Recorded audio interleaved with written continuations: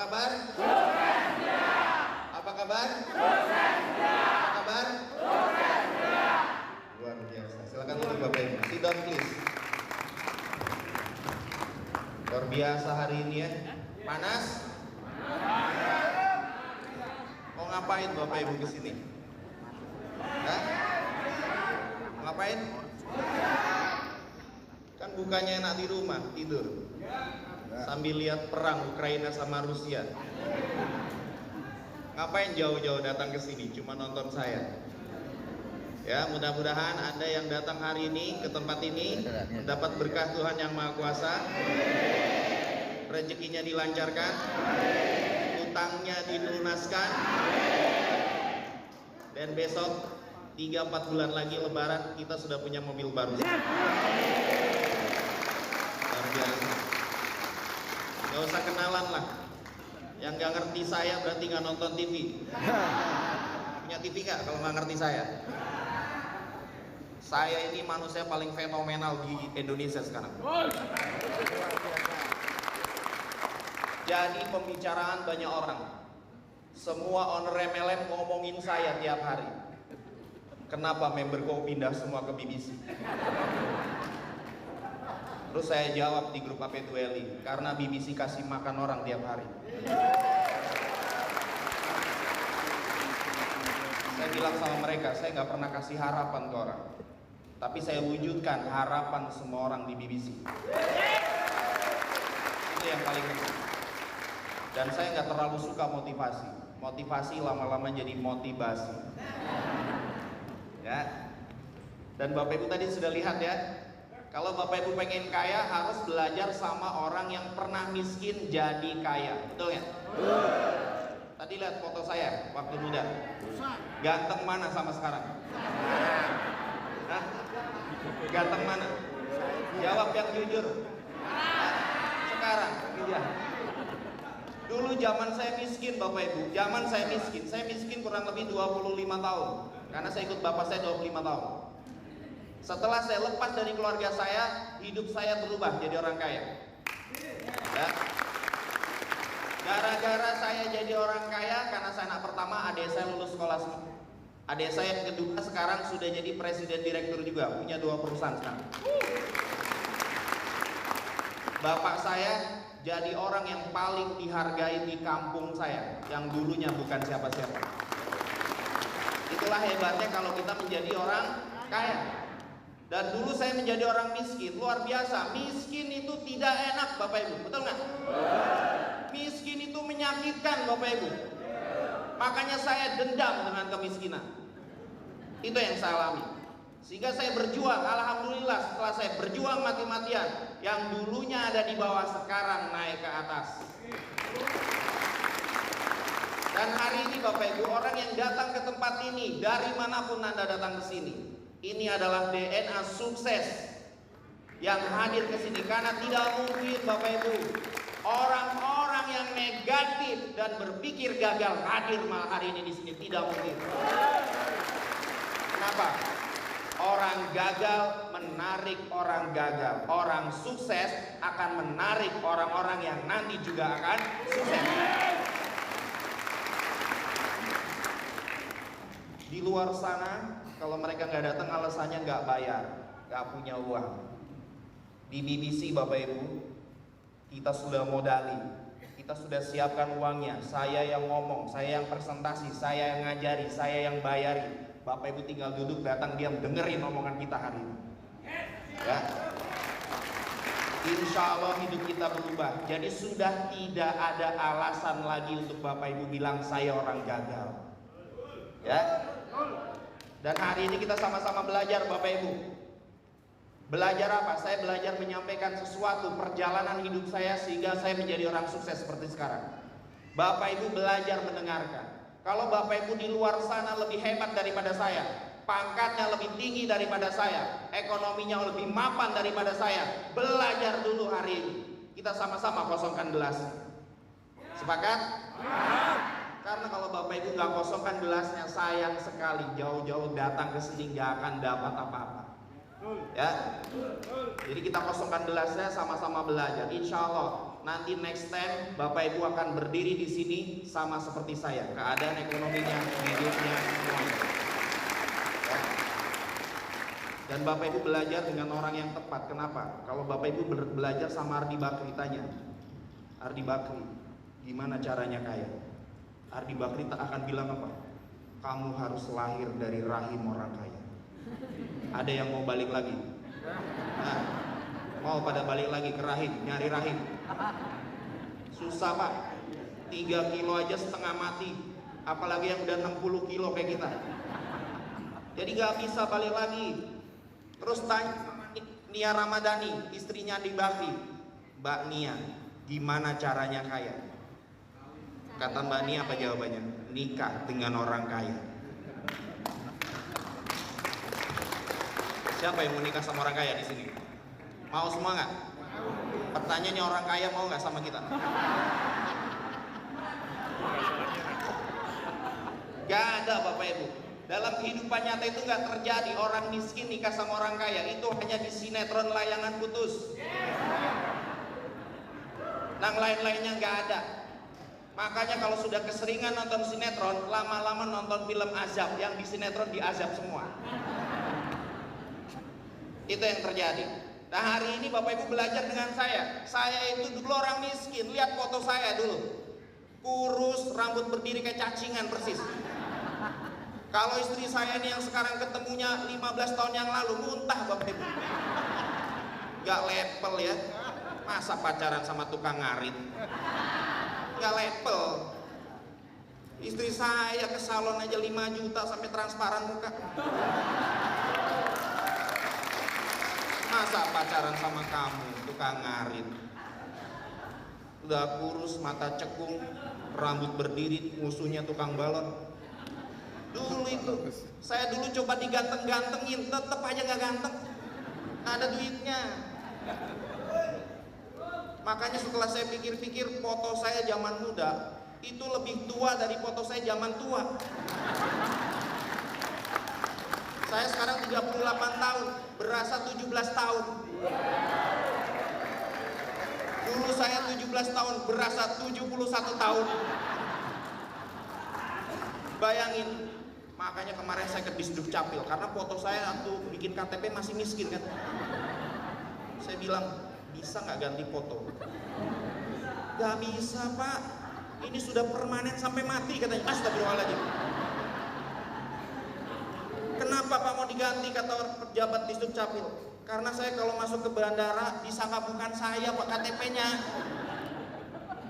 Saya sama istri saya diketawain, Pak kok beda Pak? Saya bilang, dulu waktu masih miskin. Sekarang kerjanya bolak-balik ke luar negeri, beda berubah saya. Gitu. Makanya kalau mau bikin KTP nantilah, kalau sudah master leader. Kalau sekarang gue punya KTP nggak apa-apa, karena tampang jeleknya nanti kelihatan. Ya, ada yang sudah mulai ngantuk? Belum. Stand up comedy ya. Mahal bayaran saya. Kita turun ya, saya ke bawah. Ini kayak konser.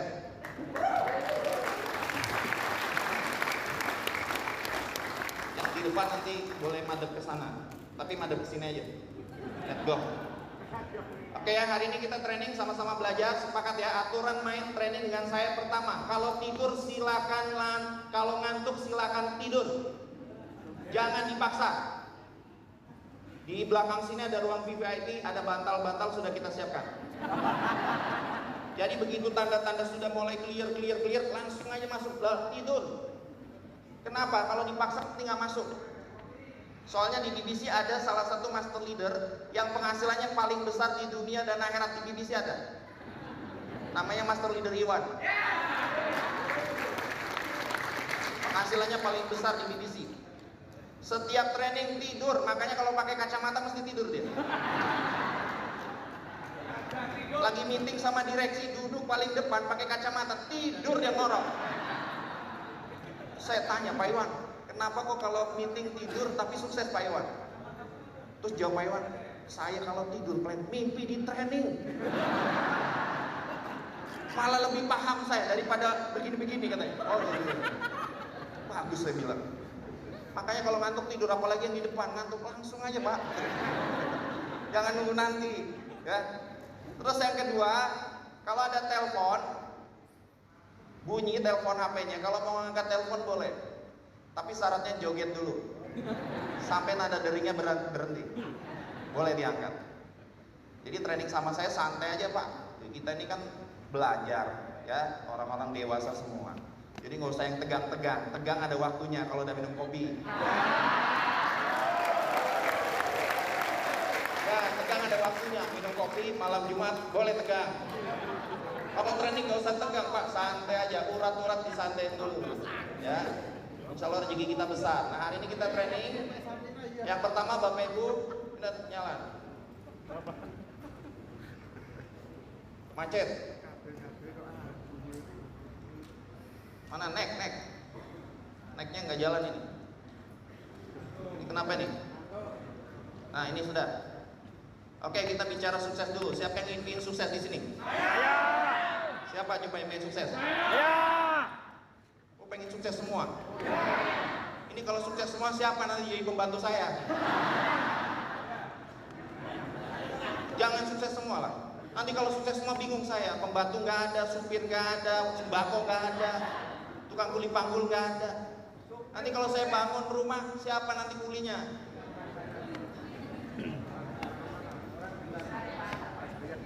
Oh nggak apa-apa, sukses pengen sukses semua ya. Sukses itu apa tuh?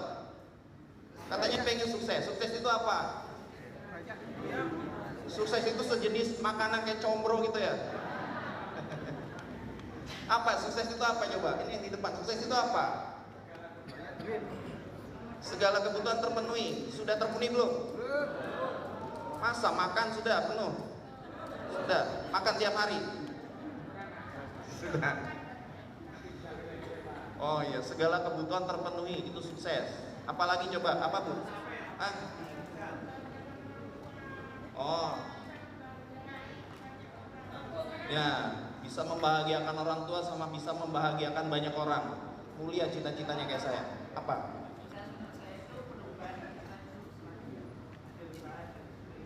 Ya, sudah usaha sama sudah punya keinginan. Sudah sukses nggak? Belum. Sekarang belum. Apa itu sukses? Apa? Ini pakaiannya Mas Sepul di timnya nih. Apa Pak? Sukses? Bebas finansial. Finansialnya bebas kemana-mana. Apa Pak? Oh, orang dia hebat. Nah, definisi sukses hari ini yang saya ingin ajarkan ke Bapak Ibu adalah sukses itu kaya. Walaupun gak bahagia, lebih baik kaya gak bahagia daripada miskin gak bahagia juga. Tapi lebih baik dua-duanya, sudah kaya bahagia, betul nggak? Kenapa harus kaya? Orang hidup itu di dunia wajib jadi orang kaya Bapak Ibu. Wajib hukumnya, gak boleh lahir miskin, nikah miskin, dewasa miskin, punya anak miskin, mati masih miskin, gak boleh. Nanti dipertanggungjawabkan di akhirat. Tahu kamu lahir dari lahir sampai mati miskin lagi, nggak usah dilahirin kamu. Segala sesuatu dipertanggungjawabkan. Wajib menjadi orang kaya.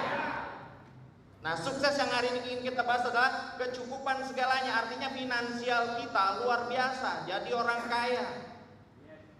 Karena sukses itu definisinya gampang. Bangun tidur pagi-pagi bisa napas juga sukses. Sukses bernapas lagi. Hari ini Bapak Ibu bisa datang dari rumah sampai ke sini juga disebut sukses. Nah, kita hari ini belajar tentang apa itu sukses. Menurut saya, sukses adalah menjadi orang kaya. Sehingga kita bisa beli apapun yang belum pernah kita beli. Kita bisa menikmati apapun yang belum kita nikmati. Kita bisa membantu orang lain untuk kaya sama seperti kita. Itu sukses. Kalau kita pengen bikin masjid yang gede biar masuk surga, duitnya harus banyak ya. Kalau zaman dulu bikin masjid kan cuma pakai patok-patok selesai. Zaman sekarang Pak, masjid harus mewah, ada toanya segala macam, ada AC-nya. Kira-kira beli toa, beli AC pakai duit nggak? Duitnya harus banyak ya. Itu. Mau sumbang ke mana? Panti asuhan. Mau sumbang ke pondok pesantren, duitnya harus banyak nggak? Banyak. Jadi kalau kita duitnya banyak jadi orang kaya, pasti hidup kita bermanfaat bagi banyak orang. Gitu. Pak, saya mah yang penting kecil tapi berkah. Ya emang tahu itu kecil tapi berkah. Kadang-kadang yang kecil nggak berkah juga. Kalau saya lebih baik banyak dan berkah. Saya bapak di dunia miskin nggak apa-apa, yang penting mati masuk surga. Belum tentu nanti juga ketemunya tahu-tahu di neraka sama saya. Kan lebih baik hidup di dunia itu kaya raya mati masuk surga. Ngapain miskin mati masuk? Karena belum tentu juga. Ada yang pernah ke surga balik lagi? Terus bilang ada banyak orang miskin sana. Tak ada. Belum tentu. Siapa tahu sudah miskin di dunia mati masuk neraka, ketemu saya kok gosong pak. Sudah di dunia nggak bisa beli mobil, nggak bisa beli rumah mewah, jalan-jalan paling jauh ke Tawangmangu, nggak kaya pula. Ke Malioboro cuma jalan kaki doang, masuk bolak-balik belanja nggak? Masuk mall cuma liatin bandrol, disaadatin berkali-kali, nggak berubah harganya. Jadi hidup itu harus kaya. Cuma pertanyaannya, bagaimana caranya menjadi orang kaya?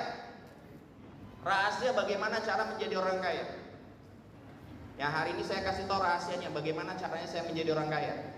Jadi kalau namanya rahasia, jangan dikasih tahu siapa-siapa. Jadi cukup kita aja yang tahu. Rahasia, namanya juga rahasia. Ya, jangan saya juga rahasia ini, saya nggak kasih tahu ke siapa, saya kecuali bapak ibu. Ya jadi nanti sampai sini jangan bilang ke downline saya dapat rahasia kaya. Itu bukan rahasia nanti jadinya. Jadi ini rahasia bagaimana menjadi orang kaya. Tahu nggak gimana caranya jadi orang kaya? Belum. Coba ada yang mau jawab. Apa caranya jadi orang kaya gimana? Sudah usaha, sudah doa, sudah. Ini semua orang di sini tuh sudah usaha, iya, doa, iya, berjuangnya, tapi nggak kaya-kaya. Apalagi penampilan dan kebiasaan. Dulu saya waktu miskin juga tampilannya kayak orang kaya, tapi miskin aja saya, nggak berubah-ubah. Saya udah belajar sama orang kaya dulu juga nggak kaya-kaya pak. Coba siapa sini? Member baru aja lah, Mas Leader jangan. Sudah sering meeting sama saya. Kemana member baru? Gimana caranya menjadi orang kaya? Hah? Kerja keras. Di Pulau Jawa ini pak, tidak kurang orang kerja keras, tapi nggak kaya-kaya. Saya kemarin nongkrong pak, lihat tukang bangunan, kerjanya lebih keras daripada saya. Keringetnya kemana-mana, saya keringetan juga, keringet saya kan bening, keringet dia hitam. Saya tanya berapa tahun pak kerja keras begini? Sudah 20 tahun mas. Kaya nggak? Enggak. Cuma saya dapat kapal aja nih, tapi kapalnya nggak bisa dipakai kemana-mana. Hah? Kamu sudah berkali-kali nyoba hal baru mesti ini, tapi nggak kaya juga ya. Banyak orang bilang, Pak, kerja keras Pak, kerja keras bukan syarat kaya. Kalau kerja keras bisa jadi kaya, maka semua orang di Indonesia kaya raya, betul nggak? Maka yang kaya pasti kuli bangunan, karena kerjanya lebih keras daripada Pak Hendra. Pak Hendra kerjanya cuma HP-an mulu, liatin itu. Kaya nggak? Kaya. Mas Nova kerjanya sama istrinya cuma ngeliatin saya doang. Kaya nggak? Kaya. Pak kerja cerdas. Itu yang lulusan S1, S2, S3 kayak Mas Sugi banyak. Yang belakangnya MM, ujung-ujungnya ALM. Banyak di Indonesia. Tapi kenapa nggak kaya? Karena kerja cerdas juga tidak menjamin orang kaya. Bangun aset di divisi. Bangun aset ini, bangun aset semua, yang kaya yang depan aja ini. Belakang belum, apalagi yang berdiri tuh. Ya saya kasih tahu gimana caranya Pak Sai menjadi orang kaya. Rahasianya, saya waktu itu saya tahu rahasia kaya itu dari nenek saya. Karena nenek saya ini kan kelahiran Jawa, memegang erat budaya Eropa, jadi kejawen. Iya, nenek saya kejawen. Ya, megang erat daerah kan jadi kejawen akhir-akhir. Saya tanya, nenek saya ini kan nenek saya umurnya tua. Nah, kalau nenek muda kan nggak ada, umurnya tua. Saya tanya, Nek, gimana itu tetangga kita kok kaya ya, Nek? Bah, itu tetangga kita kaya. Bentar-bentar beli mobil dia. Apa dia nyewa ya, Nek? Bah, rumahnya 3 lantai. Keren, mantap saya bilang. Nenek saya bilangnya apa? Ini rahasia dari nenek saya. Sudah ketemu jalannya, Nak. Benar gak? Siapa nenek kita yang gak bilang begitu? Sudah ketemu jalannya, Nak. Maka setelah itu saya cari yang namanya ini jalan kaya. Setelah saya dikasih tahu nenek saya nggak mau lagi kerja, saya cari jalan kaya. Saya cari di Jakarta, nggak ada nama jalan kaya, adanya Jalan Sudirman, Jalan Tamrin, ada Jalan Adi Sucipto. Waduh, saya bilang, Nek, saya udah ke Jakarta, Nek, bolak-balik saya ke sana, nggak ada nama jalan kaya. Adanya Jalan Jenderal Sudirman, Jenderal Tamrin itu. Wah, bukan itu maksudnya. Jalan kaya itu tempat dimana kalau kita bekerja keras memungkinkan kita punya penghasilan yang nilainya ratusan juta. Itu namanya jalan kaya. Coba Bapak Ibu lihat, ketika orang kerja keras mati-matian, berangkat pagi pulang sore, dia kerja tempat kerjanya tidak memungkinkan penghasilan 5-10 juta, maka dia tetap tidak akan kaya. Saya udah uji coba, saya kerja dulu tuh yang gambar-gambar itu. Ngarit saya punya kambing itu ratusan warisan dari nenek saya. Ngarit, saya ngarit 2 tahun nggak kaya saya. Saya kerja di pabrik, saya pikir orang kerja di Jakarta itu pulang kan kaya. Soalnya ciri-ciri hilal sudah dekat itu kalau saya, banyak orang ngomong bahasa Indonesia di rumah, hilal sudah dekat. Lebaran. Orang mudik banyak. Orang yang tadi rambutnya putih, hitam jadi kuning, hijau itu, ya ini hilal sudah dekat banget ini. Mereka kerja di Jakarta, saya pikir, oh hebat keren. Ternyata kerja setahun habis 1 hari pas Lebaran. Akhirnya saya kerja di pabrik di sana, saya tanya orang yang paling lama kerja di situ, Pak, kerja di sini berapa tahun ya Pak? Saya sudah 17 tahun Mas. Bapak udah beli Ferrari belum Mas? 17 tahun. Boro-boro Ferrari Mas, motor aja kredit saya, rumah kredit, saya nikah sudah 20 tahun kredit belum lunas saya. Astagfirullahaladzim. Berarti ini kalau saya kerja di sini 17 tahun nggak mungkin kaya. Ini bukan jalan kaya. Langsung saya resign dari tempat itu. Dan saya cari tempat yang dimana orang bisa kaya. Banyak jalan kaya di dunia ini Bapak Ibu. Ya. Jadi kalau sudah ketemu jalan kaya, tempat kita bekerja memungkinkan kita jadi orang kaya, baru lakukan yang kedua di sini, kerja keras, kerja cerdas dan macam-macamnya di situ. Kalau belum ketemu jalannya, nggak usah kerja keras yang sekeras-kerasnya, nggak kaya-kaya nanti. Sudah ketemu jalannya, baru kita mati-matian. Ini jalannya. Bagaimana tahu ada jalan sukses? Caranya gampang. Orang yang ngerjain bisnis itu, orang yang mengerjakan pekerjaan itu, lihat kaya nggak? Nah di sini Bapak Ibu sudah bisa lihat, ini yang pakai selempang ini dulunya nggak punya mobil, sekarang beli mobil. Mas Apip ini rambut sampai putih nggak kebeli mobil, baru masuk di beli mobil ya. Mas Aljo ini jualan cilok nggak kebeli mobil, sekarang udah kebeli mobil.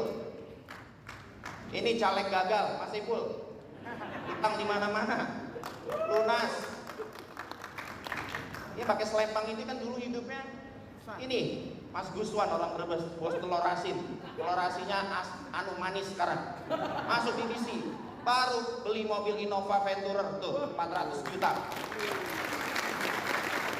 Artinya kalau kita mengerjakan sesuatu di dalamnya ada orang-orang sukses, berarti itu disebut jalan kaya Bapak Ibu. Karena apa? Sudah terbukti dan teruji yang mengerjakan jadi orang kaya.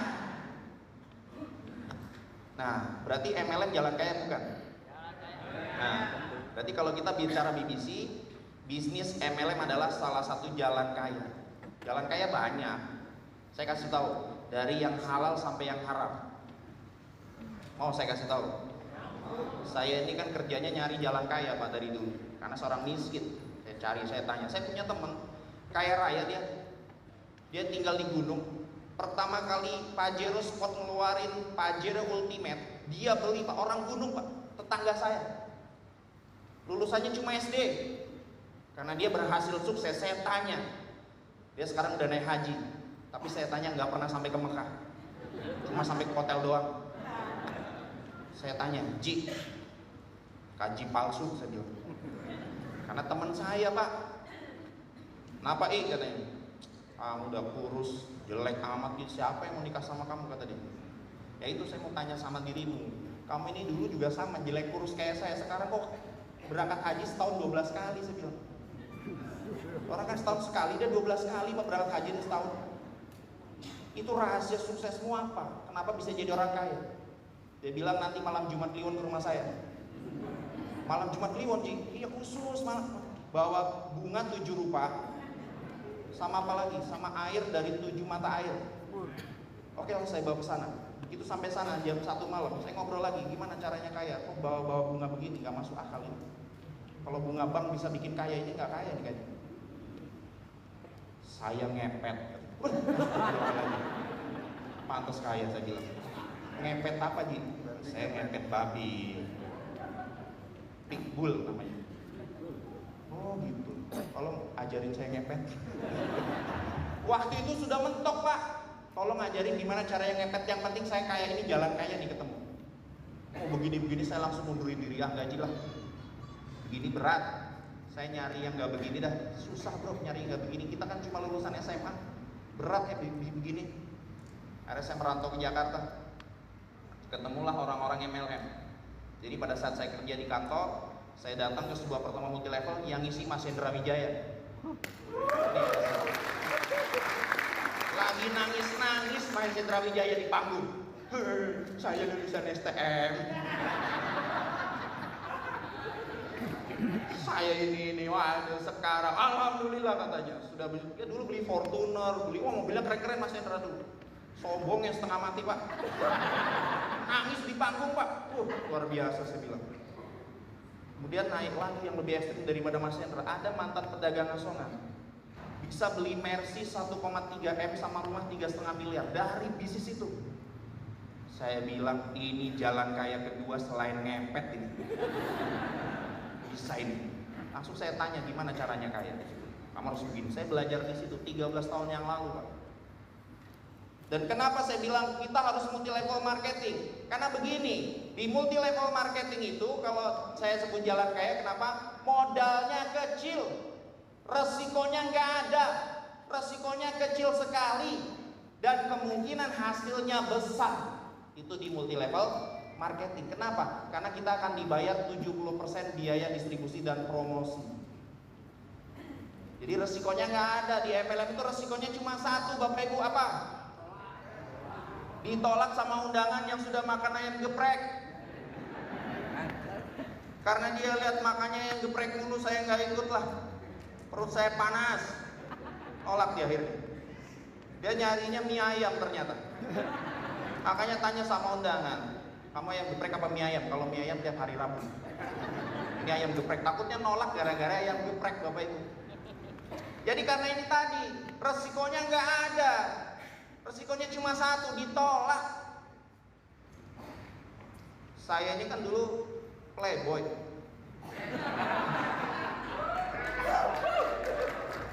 Lihat tampangnya. Saya dulu playboy Pak. Kenapa saya jadi playboy? Bolak-balik ditolak.